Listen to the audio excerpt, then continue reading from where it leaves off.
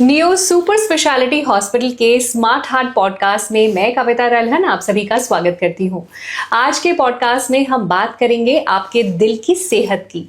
Heart एक important organ होता है बॉडी का, ये तो हम सबको पता है, लेकिन हार्ट में प्रॉब्लम्स क्यों आती है, हार्ट धीरे धीरे वीक क्यों हो जाता है, हार्ट अटैक क्यों आता है और खास तौर पे आजकल यंग लोगों में हार्ट अटैक क्यों आ रहा है, इन सारे सवालों के जवाब देने के लिए आज हमारे साथ नियो सुपर स्पेशलिटी हॉस्पिटल के सीनियर कार्डियोलॉजिस्ट हैं doctor Sanjay Kumar Sharma.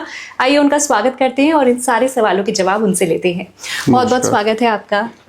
Thank you ma'am, thank you very much. कैसे हैं आप? All good. It's wonderful to have a today interaction with you people and the podcast fellows. Thank you very much. Doctor, आपने अपना कीमती वक्त निकाला हमारे से बात करने के लिए, थैंक यू सो मच सबसे पहले उसके लिए। So nice of you, thank you, it's my pleasure. लेकिन आज मैं बहुत सारे सवाल आपसे पूछने वाली हूँ। डॉक्टर शर्मा, हमने बुक्स में तो पढ़ा है, बचपन से पढ़ते आए हैं कि हार्ट जो है पूरी बॉडी को ब्लड पंप करता है, लेकिन मैं एक सीनियर कार्डियोलॉजिस्ट से पूछना चाहूंगी कि आपके लिए हार्ट की डेफिनेशन क्या है और हार्ट एक्चुअली में करता क्या है? नहीं, सेम द हार्ट का फंक्शन इज, इसका फंक्शन है, इसका काम है कि ब्लड बॉडी तक के हर ऑर्गन टिश्यू तक पहुंचाना। राइट। अगर हमारा हार्ट कंप्रोमाइज होगा, हार्ट वीक होगा, तब वो सफिशिएंट ब्लड या हमारी बॉडी को न्यूट्रिशन नहीं दे पाएगा। सो इसलिए दिस इज द मोस्ट, ये सबसे इम्पॉर्टेंट ऑर्गन है हमारी बॉडी का। अच्छा, ये बताइए डॉक्टर शर्मा कि क्या क्या ऐसी चीजें हैं जो करने से हमारे हार्ट पे बुरा असर पड़ता है?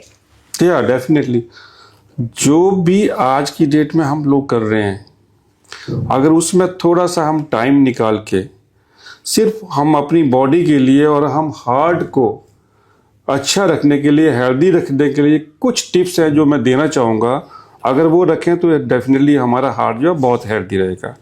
नंबर 1, डेली एक्सरसाइज वॉक करें।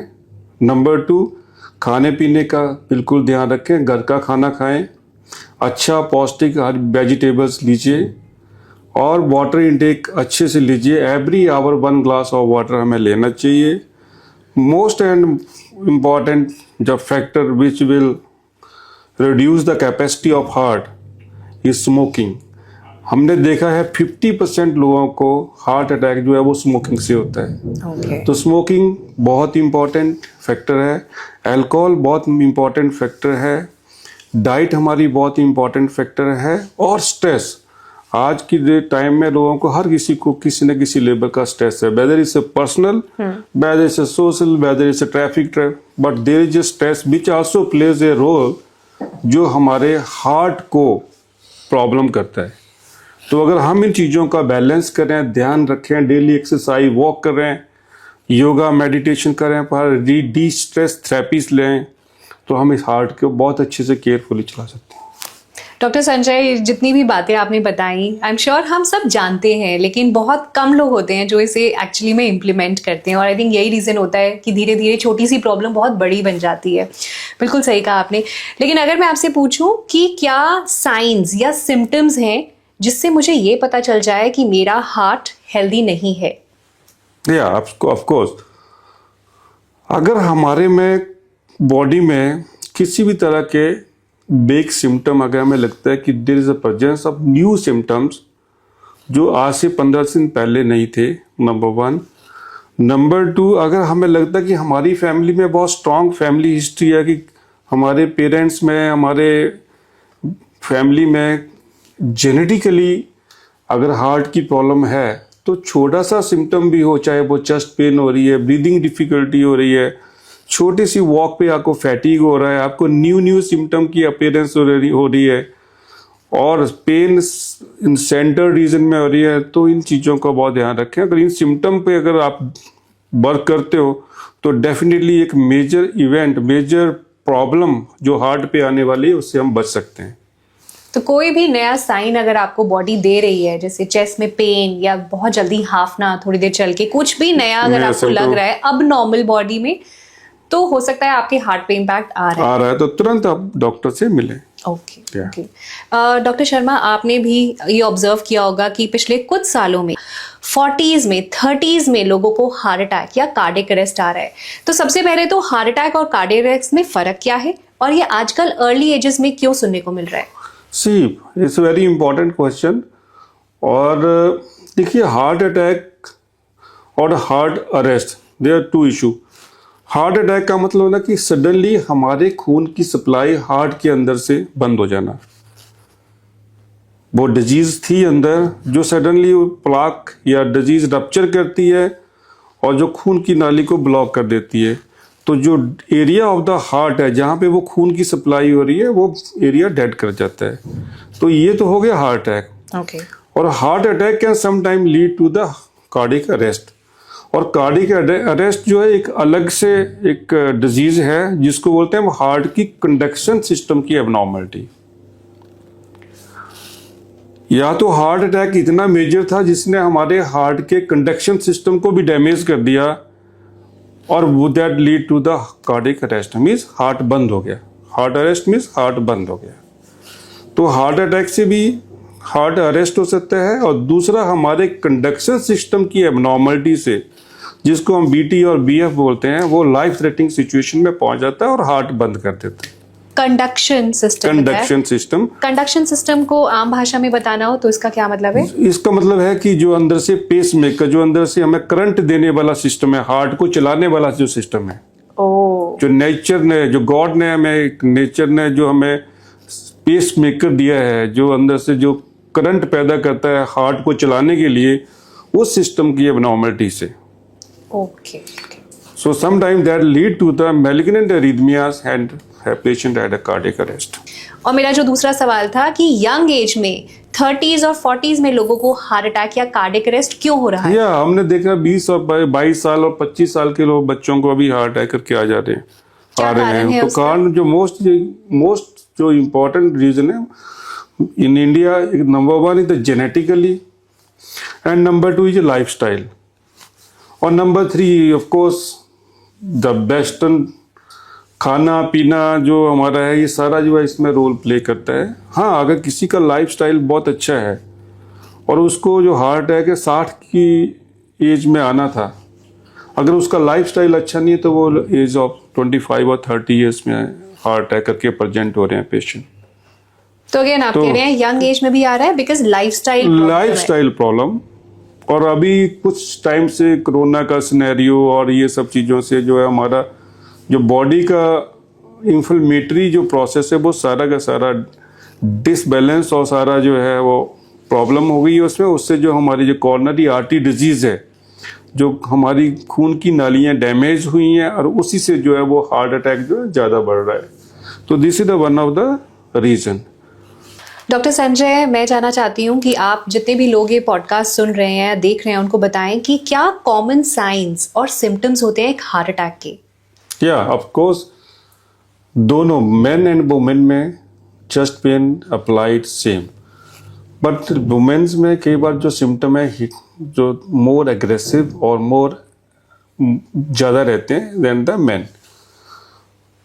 पर ऐसा है कि कुछ सिम्टम, बेग सिम्टम ऐसे होते हैं कि हम बहुत टाइम जो होते हैं उसको वो कंटैक्ट नहीं कर पाते हैं हार्ट अटैक के साथ। हम अब ये तो इंडाइजेशन है, गैस होगा, ये मुझे गैस होगा, ये मैं ये दवाई खा लेती हूँ मैं, इसी में we are losing our time. Normally symptom are the chest pain, breathlessness, fatigue, vomiting, और पेशेंट में have a loss of conscious and patient में collapse. Even the sudden symptom is patient में कोलैप्स।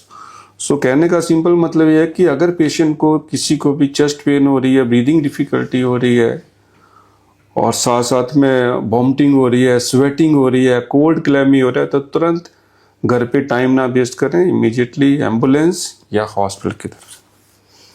तो these are the basic symptom where we have to immediately take very seriously and hospital जाना चाहिए।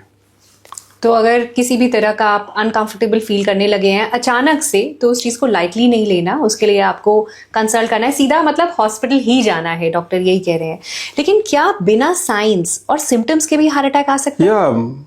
Non silent heart attack silent के साथ साथ में patient को they are not experiencing, basically बहुत माइल्ड से सिम्टम करके हार्ट अटैक निकल जाता है, तो वो पता ही नहीं चलता कि वो हार्ट अटैक है। वो जब किसी और सिम्टम के साथ डॉक्टर के पास जाते हैं, तो जब ईसीजी करते हैं और डॉक्टर देखता है तो आपको तो हार्ट अटैक आ चुका है। Yes, silent heart attack is common, जो कि विदाउट पेन और बहुत एक्सेसिव सिम्टम के साथ नहीं हो सकता है। तो पर उनको माइल्ड सिम्टम के साथ ही हार्ट अटैक चला जाता है और वो पेशेंट को पता नहीं चलता, उसको एक्सपीरियंस ही नहीं होता कि मुझे कुछ हुआ भी था। Yes, true. पर उस केस में आप क्या कर सकते हो? ऑब्वियसली जब आपको सिम्टम्स पता ही नहीं चले, as patient what can they do? हाँ, बस ये है कि अगर आपको कुछ भी बेग सिम्टम भी लग रहे हैं और आपको लग रहा है कि आपकी बैकग्राउंड, आपका जेनेटिकली आपके पेरेंट्स से आपको इस तरह की स्ट्रॉन्ग हिस्ट्री है हार्ट अटैक की, और आपकी उस तरह की हैबिट है, स्मोकिंग करते हैं या आप का खाना पीना या आपका सेडेंटरी लाइफस्टाइल है, तो इमीडिएटली एनी सिम्टम आपको हॉस्पिटल जाना चाहिए और डॉक्टर से मिलना चाहिए। जी, बेसिकली हार्ट अटैक में होता क्या है? अगर फिर से मैं आपसे ये सवाल पूछना चाहूंगी कि बेसिकली आपकी जो आर्टरी, मतलब हार्ट अटैक आने का कारण सबसे बड़ा क्या है कि आपकी आर्टरीज ब्लॉक्ड है? या इसका कहने का मतलब, मेरा कहने का मतलब ये है कि जब हमारी कॉर्नरी आर्टरीज है, जो हार्ट को खून सप्लाई करने वाली आर्टरीज हैं, ब्लड वेसल्स हैं, उनके अंदर उनका डैमेज हो जाना, और जब वो डैमेज हो जाती है तो उसके ऊपर जो है हमारा एबनॉर्मल एक प्लाक फॉर्मेशन हो जाती है, उसको बोलते हैं हम कॉर्नरी आर्टरी डिजीज। और उसके कारण वही है जो मैंने बताया आपको ऑलरेडी जी, कि बैड हैबिट्स और स्मोकिंग और कोलेस्ट्रॉल का डिपॉजिट होना, ये सारे कारण हैं उनका प्लाक फॉर्मेशन होने का। प्लाक फॉर्मेशन होने का मतलब है कि आपकी जो पेशेंट के खून की नाली में ब्लॉकेज स्टार्ट हो गई है, और सम टाइम जब वो रप्चर कर जाता है किसी भी वजह से, अगर वो प्लाक रप्चर करता है तो वो ही हार्ट अटैक बन जाता है, क्योंकि वो रास्ता पूरा बंद कर देगा खून की नाली का। राइट। सो अगर आपको साइंस और सिम्टम्स नजर आ रहे हैं हार्ट अटैक के और एक पेशेंट जो है हॉस्पिटल जाता है, क्या स्टेप्स फॉलो किए जाते हैं उसके बाद?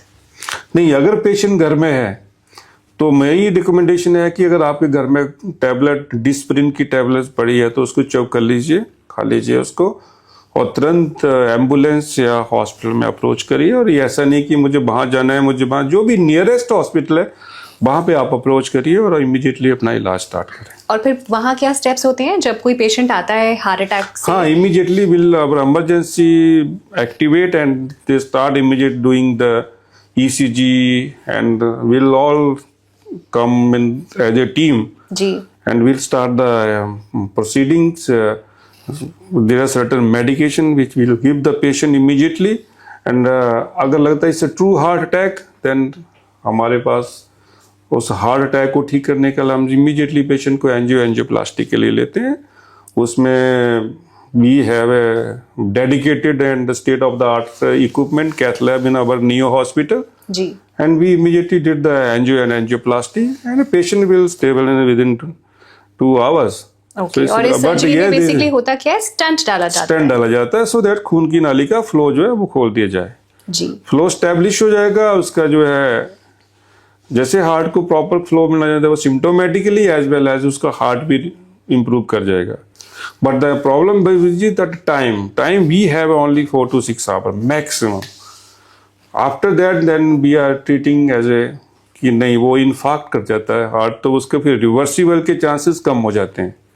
और विद इन 3 to 6 आवर हमने कंप्लीट इलाज हो गया पेशेंट का, there is very high chances कि वो पेशेंट का हार्ट कंप्लीट रिवर्सिबल करेगा। डॉक्टर संजय, क्या ये कहना सही है कि मेन में हार्ट अटैक ज्यादा आता है एज कम्पेयर टू वुमेन? या ऑफ कोर्स, पहले हम कहते थे कि वुमेन्स में हार्ट अटैक की टेंडेंसी कम है और मेल्स में ज्यादा है जी, पर अभी ऐसा कुछ नहीं है। हम लोग डेली देख रहे हैं कि young females also coming with the same heart attack और मैसिव हार्ट अटैक। और पहले हम कहते थे कि एस्ट्रोजन जो फीमेल हार्मोन है वो कहीं ना कहीं से प्रोटेक्ट करता है फीमेल्स को, बट पोस्ट मेनोपॉज जो है वो same as male and female heart attack का। बट जो अभी का लाइफस्टाइल है आई थिंक मेल और फीमेल में इक्वल, सो अभी मुझे कुछ ऐसा नहीं लगता कि कम है, दोनों मेल फीमेल सेम रेशो में हमने हार्ट अटैक दोनों के लिए बराबर है। जी जी, आई एम श्योर एक ये बहुत इंपॉर्टेंट क्वेश्चन है जो आपको जरूर सुनना चाहिए और इससे आप किसी की जान भी बचा सकते हैं। अगर आपके आसपास आपको फील हो रहा है किसी इंसान को हार्ट अटैक आ रहा है, तो जो आसपास के लोग हैं उनकी क्या रोल्स रिस्पॉन्सिबिलिटीज बनती हैं, वो क्या कर सकते हैं उस वक्त? क्या बहुत इम्पोर्टेंट है उस पेशेंट को उस पैनिक सिचुएशन से, बिकॉज व्हेन जब किसी को हार्ट अटैक का एक्सपीरियंस होता है तो वो पेशेंट जो है वो लगता है उसको कि मैं अब गया, it's my end of life.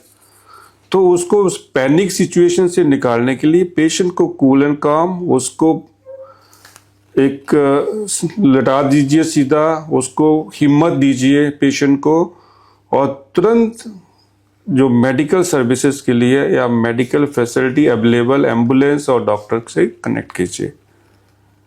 उसने जो कपड़े पहने उनको बिल्कुल लूज कर दीजिए, सो दैट कभी कुछ ऐसा प्रॉब्लम भी होता है तो immediately that can be manage. और arrange for the local area कि हम उस पेशेंट को, एम्बुलेंस आती है या डॉक्टर आते हैं तो उसको इमीडिएटली हॉस्पिटल के लिए शिफ्ट करने के लिए तैयारी कर लें।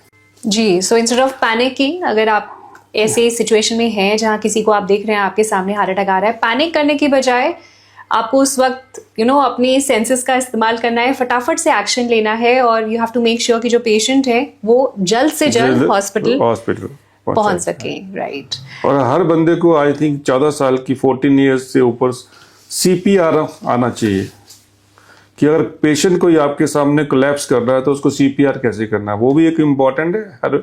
आई think everyone should know in a family की how to do the CPR, क्योंकि उससे भी आप बहुत सारी जान बचा सकते हैं, कलीग्स की, अपने फ्रेंड की, अपनी फैमिली में भी। तो ये भी एक मेरा मैसेज है कि CPR सबको आना चाहिए। और डॉक्टर संजय, अगर हार्ट अटैक किसी को आया है, उसके बाद आपने कहा अगर हॉस्पिटल कोई पेशेंट आता है तो सबसे पहले स्टेंट डाला जाता है, ये इमीडिएट ऑप्शन हुआ, लेकिन उसके अलावा क्या क्या ऑप्शंस, ट्रीटमेंट्स अवेलेबल होते हैं? देखो, ये जो इमरजेंसी में जब हम पेशेंट हार्ट अटैक करके आया तो उसकी खून की नाली को हमने खोल के फ्लो एस्टेब्लिश कर दिया। अगर मल्टी वेसल डिजीज है, पेशेंट डायबिटिक है और लगता है कि एंजियोप्लास्टी के लिए पेशेंट फिजिबल नहीं है, then we have a option, उसको हम सर्जिकल ऑप्शन कहते हैं, जैसे बाईपास सर्जरी। तीनों खून की नालियों के हम बाईपास सर्जरी करके, या उसके साथ लगा कि बैल्व लीकेज है तो उसका भी सर्जिकल ऑप्शन है। और एक कुछ सबसेट ऑफ पेशेंट ऐसे होते हैं जिनके लिए जब लगता है कि उसको ना सर्जिकली हम करेक्ट कर सकते हैं ना एंजियोप्लास्टी कर सकते हैं, फिर हमारे पास एक थेरेपी आती है जिसमें हाइपोथेटिकल थेरेपी है, जिसको हम बोलते हैं ECP, enhance inter counter therapy, जो कि इन पेशेंट को जिनकी बैड वेसल्स हैं, जिनके लिए बाईपास सर्जरी और एंजियोप्लास्टी नहीं हो सकती है, तो उसके लिए हम ये ऑप्शन हो सकता है। सो करेक्टली अगर मैं बताऊं आपको तो नंबर 1 हार्ट के पेशेंट के लिए number 1 optimisation of medical therapy, number 2 is the angioplasty, number 3 is bypass surgery, and जब all the therapies are failed then ECP। Another is कि एक हार्ट अटैक कंडीशन होती है और दूसरा होता है कि हार्ट का वीक होना किसी और कारण से, तो उसके लिए हमारे पास बहुत सारे ऑप्शंस आज की डेट में न्यूमरस मेडिकल साइंस में ये ट्रीटमेंट अवेलेबल है, जैसे स्पेशल टाइप के pacemaker, biventricular pacemakers, ventricular AICDs, even heart के बैल की रिपेयर और रिप्लेसमेंट। और इवन दो आज तो ये भी है कि अगर इतना वीक हार्ट है जिसके लिए आज की डेट में हार्ट ट्रांसप्लांट तक भी अवेलेबल है जी। सो आज साइंस जो है बहुत आगे निकली है और बहुत अच्छे ऑप्शंस हैं हमारे पास ट्रीटमेंट के लिए। तो हार्ट अटैक के पेशेंट और हार्ट फेलियर के पेशेंट को आई थिंक आज की डेट में घबराने वाली कोई बात नहीं, they have a full treatment available. और डॉक्टर संजय, अगर आपसे पूछूं 5 ऐसी कौन सी हैबिट्स, या चाहे वो फूड हैबिट्स हो सकती हैं या किसी और तरह की एक्सरसाइज हो सकता है, कुछ और चेंजेस, 5 ऐसे चेंजेस जो हमें अपनी लाइफस्टाइल में लेकर आने चाहिए to maintain a healthy heart? या definitely number 1 daily exercise walk, minimum 40 to 45 minute brisk walk, 4 to 5 kilometer. Okay. Number 2, no smoking at all. Number 3, reduce the sugar and carbohydrates. Number 4, no alcohol. Number 5, do regular de-stress therapies like yoga, meditation and exercise. ये एक personal सवाल है मेरा आपसे। आप senior cardiologist हैं neo super speciality hospital में। आप खुद कौन कौन सी ऐसी चीज़ें फॉलो करते हैं अपनी लाइफ में to make sure that you have a healthy heart? These 5 things only. Okay, and any special food items that you include in your diet? Yeah. कोई special ऐसे खाने की चीजें आप include करते हैं? papaya is a very good fruit. This is a heart and gut friendly fruit. So मुझे लगता है ये एक ऐसा फ्रूट है जो कि हमारी डाइट में होना चाहिए, बिकॉज इसमें फाइब्रस फूड है जो कि हमारे कोलेस्ट्रॉल को ठीक करने में हेल्प करता है। इसमें हाई पोटासियम है जो कि पोटासियम जो है वो हमारे बीपी वाले मरीजों के लिए हेल्प करता है। और उसमें जो बीटा कैरोटीन है और हाई विटामिन सी है वो एंटीऑक्सीडेंट है, वो हमारे शरीर और हमारे खून की नालियों की सूजन को कम करता है। राइट। तो मुझे लगता है कि ये फ्रॉम माई साइड की जो एक पपीता एक बहुत अच्छा फ्रूट है जो कि हमारी डेली डाइट में होना चाहिए। डॉक्टर संजय, एक और चीज आपसे पूछना चाहूंगी मैं। मुझे लग रहा है इंपॉर्टेंट मौका मिला है, सो इसका I should make the most of it, कि कुछ देसी नुस्खे होते हैं, जैसे अर्जुन की छाल सुना है, मेरे हस्बैंड खुद इसका पानी पीते हैं, किसी ने उनको बताया था कि इससे आपका जो दिल है वो हेल्दी रहता है। गार्लिक पर्ल्स आते हैं, लोग वो भी लेते हैं। तो जो देसी नुस्खे हर घर में ट्राई किए जा रहे हैं हार्ट की हेल्थ के लिए, क्या ये इफेक्टिव होते हैं? यस, ये भी एक इम्पॉर्टेंट क्वेश्चन है। और इसमें मेरा जो मानना है कि बहुत सारे लोग जो इवन हार्ट अटैक में भी अपना देसी इलाज स्टार्ट कर देते हैं, जिसमें नहीं जी गैस बन रही है मैं हरा पुदीना की गोली खा लूँ, या मेरे जो पुरानी, इसमें हम बहुत सारा टाइम जो अपना वेस्ट करते हैं हार्ट अटैक में। और दूसरा जो दिल्ली के लोगों का कि अर्जुन की छाल, लहसुन की ये और कुछ दाल चीनी और ये सारे मिक्सचर बना के या उसको रात भर पानी में डाल के सवेरे उसको पीने से, मुझे लगता है इसके ऊपर बहुत ज़्यादा डेटा है नहीं अवेलेबल है। और हो सकता है जो मेरी अपनी सोच है कि अगर हो सकता है कि उनसे बेनिफिट होता भी होगा तो वो जिस क्वांटिटी में हमें चाहिए वो उसमें हम नहीं खा पाते हैं। तो मुझे नहीं लगता कि इसका बहुत ज़्यादा रोल है, और मेरे पास कोई बहुत बिगेस्ट डेटा नहीं है इसके ऊपर। तो मैं यही कहूँगा कि आप डॉक्टर को फॉलो करिए, देसी नुस्खों को कम फॉलो कीजिए। एब्सोल्युटली। और एक और जाते जाते मेरा आखिरी सवाल, क्या हार्ट ओल्ड भी होता है, क्या हार्ट वीक भी होता है? या ऑफ कोर्स हार्ट वीक, देखिए हार्ट वीक जो है किसी भी उसके लिए एज का कोई, स्मॉल बच्चे से लेकर 90 ईयर्स तक हार्ट का किसी का भी वीक हो सकता है। तो वो एक जेनेटिक फैक्टर्स होते हैं। उसका मतलब क्या है? हार्ट वीक होने का मतलब देखिए हार्ट वीक होने का मतलब ये है कि एक तो होता है कि हार्ट की मसल का वीक हो जाना, वो एक अलग सबसेट ऑफ डिजीज में आ जाता है। Okay. और एक होता है कि जो हार्ट अटैक की वजह से हार्ट वीक हो जाना। ओके, अगर आपको हार्ट अटैक आ गया एक बारी तो यानी आपका हार्ट वीक हो गया है। हुआ, लेकिन अगर आपने वही है ना कि अगर आपने सही टाइम पे उसका इलाज ले लिया विद इन 3 और 4 आवर्स में और उसका कंप्लीट इलाज हो गया तो वो रिवर्सिबल कर जाएगा।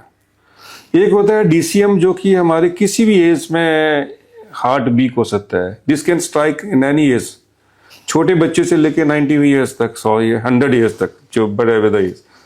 सो वो कंडीशन होती है, उसके अलग अलग फैक्टर्स हैं, चाहे वो शुगर की वजह से हो रहा है, लॉन्ग स्टैंडिंग BP से हो रहा है, या बचपन में कोई होल था उसकी वजह से हो रहा है। तो सिंपल कहने का मतलब जो हार्ट वीक होने के डिफरेंट सबसेट्स हैं। एक तो कॉर्नरी आर्टरी हार्ट अटैक आ गया और दूसरा जो है वो DCMP जो हम ये कह रहे हैं। जी जी। और जाते जाते, बिकॉज ऑलमोस्ट हम इस पॉडकास्ट के एंड में आ गए हैं, कोई ऐसी बात या कोई ऐसा सवाल जो आपको लगता है ज़रूरी है लोगों को बताना और जो शायद मैंने आपसे ना पूछा हो? नहीं, you have completed very well and I think definitely I add on one thing कि डिस्ट्रेस जो कि आपने ऑलरेडी कंप्लीट किया है कि रेगुलर अपने के लिए 1 आवर देना बहुत जरूरी है।